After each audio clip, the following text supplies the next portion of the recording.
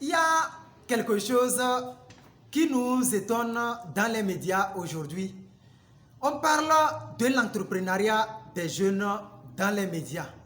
Qu'il faut que les jeunes entreprennent et non laisser d'aller chercher de l'emploi ou de cesser de regarder le gouvernement. Mais la question qui se pose, est-ce que on a formé les jeunes pour aller créer de l'emploi, pour aller entreprendre? La réponse est non. On a formé les jeunes, on les a préparés à aller chercher de l'emploi. On les a préparés à devenir des bons employés. Mais, et à la fin, après leur diplôme, après avoir délivré leur licence, leur master, leur doctorat, on les pousse à aller entreprendre. Est-ce que dans les écoles, dans les universités, est-ce qu'on forme ces jeunes à entreprendre? Non.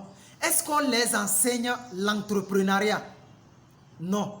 Mais comment ces jeunes peuvent aller entreprendre sans avoir aucune notion de l'entrepreneuriat?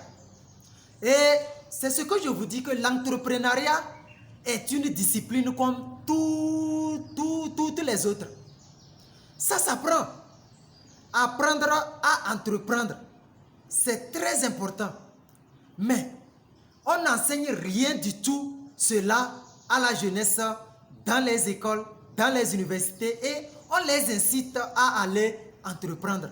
Alors que on oublie que les deux terrains sont catégoriquement différents. Et chaque terrain a sa manière de se comporter, a son état d'esprit, a son attitude.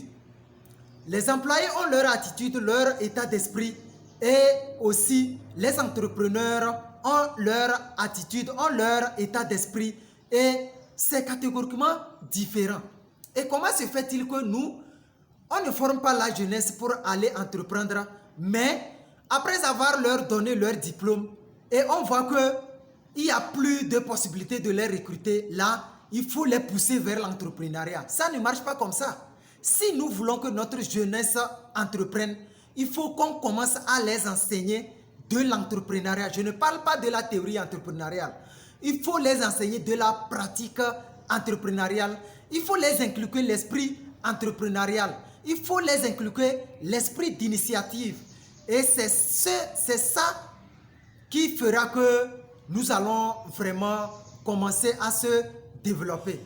Et c'est là que nous, la jeunesse actuelle, nous avons mis la main sur ce problème et nous avons créé ce centre qu'on appelle Aferinas, la société Aferinas, qui est censée vraiment former les créateurs d'emplois. Et ce que les autres n'ont pas pu faire, ils ont trouvé que c'est difficile.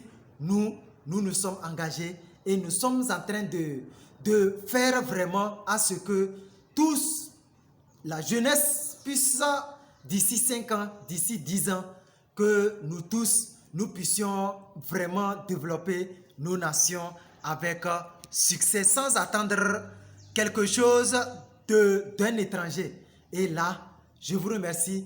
Vive Aferinas, vive la jeunesse créatrice. C'est Pakedou, Padanada, Wembie.